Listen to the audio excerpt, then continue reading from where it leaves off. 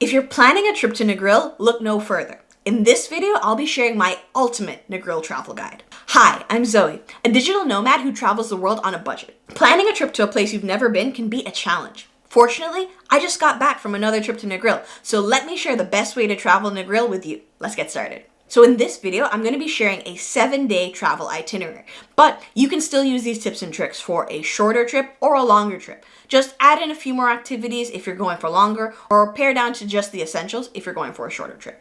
So, day one. Day one is going to be a travel day. You're going to fly into Montego Bay's airport, land probably in the early to mid-afternoon based on their typical flight schedule and depending on where you're coming from, and then prepare yourself to spend about an hour to possibly even 2 hours going through immigrations and customs. But don't let this scare you off. Trust me, it's all worth it. And at the time of recording, there are some online forms that you can fill out to speed up your experience, hopefully. I'll drop a link to that in the description below. So once you've gotten through immigration, you've picked up your bag, or you haven't picked up a bag because you've traveled with just carry-on, you then want to go grab a taxi and get a ride to your hotel. As I mentioned before, you want to try and grab a Jutta taxi or arrange transportation with your hotel before you leave your home country. But you're going to hop in your taxi and it's going to be about an hour and a half to 2 hours of a ride to get to your hotel in Negril. This is also depending on traffic and time of day.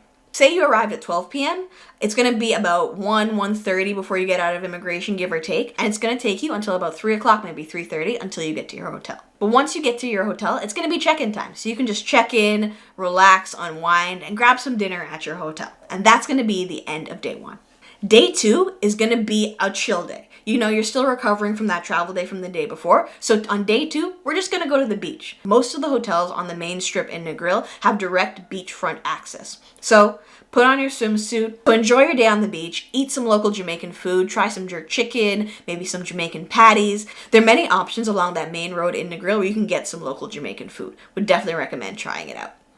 Day three, we've had some time to rest up from our travel. We've enjoyed the beach, maybe gotten a little bit of a tan, and enjoyed some introductory local Jamaican food, maybe eaten a couple of times at our hotel. It's time to really get out there and to see Jamaica. For day three, if you're in Negril, I would highly recommend doing a snorkeling tour that ends at Rick's Cafe.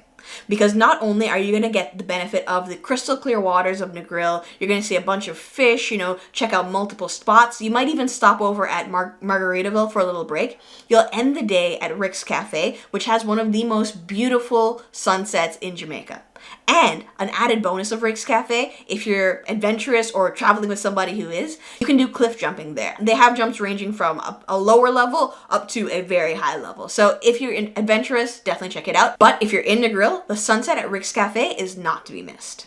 Day four, you might be tired from all that snorkeling yesterday, all that running around. Take the day off to relax. But if you're on a shorter time crunch, you could probably skip this day and move straight on to day five.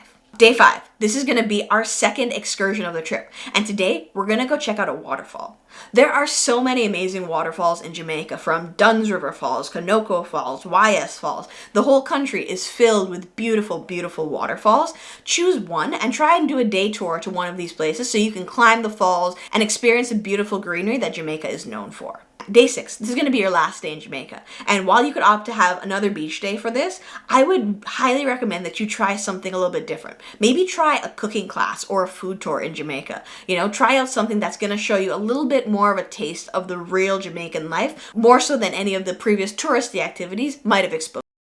So would definitely recommend using your day six to try out something a little bit more adventurous, a little bit more interesting, and really getting a feel for the local Jamaican culture. You could even try doing a tour of a rum distillery or a brewery or a coffee plantation. There are so many different ways to experience the more local life in Jamaica. I would highly recommend either going on Airbnb and finding a tour, or trying out a site like Viator or TripAdvisor. Day seven, this is going to be your travel day back home. Odds are your flight is probably in the afternoon or maybe early evening, but so is everybody else's. So you want to make sure that you get to the airport nice and early. So you're going to wake up early, check out from your hotel, probably by about 8, 9 o'clock in the morning, and then take that taxi to the airport. You want to make sure that you give yourself at least 2, maybe 3 hours at the airport once you get there, because as I said, it's not just going to be you who's getting on your flight and has to go through security and immigration. It's going to be every single other passenger who is flying back to their home country. This is going to be even worse if it's a weekend. Weekdays might not be as bad. There are some tips and tricks to avoid these long lines though. If you check out, I believe it's Club Mobay, they actually have a VIP line through security. I would highly recommend signing up for access to Club Mobay if it's within your budget. I do believe it's included if you have a priority pass subscription or another lounge subscription. So definitely check out and see if that's included with maybe one of the credit cards you already have. But once you get to the airport, you're going to go through security, immigration, all of these things, and then it's going to be time to fly back to your home country. And that is how I would spend 7 days in paradise in Negril. If you want more tips and tricks on how to book the right hotel or how to get transportation to and from the airport, check out this video up here. It has my 7 tips and tricks for traveling Jamaica. And I'll see you in the next one. Bye.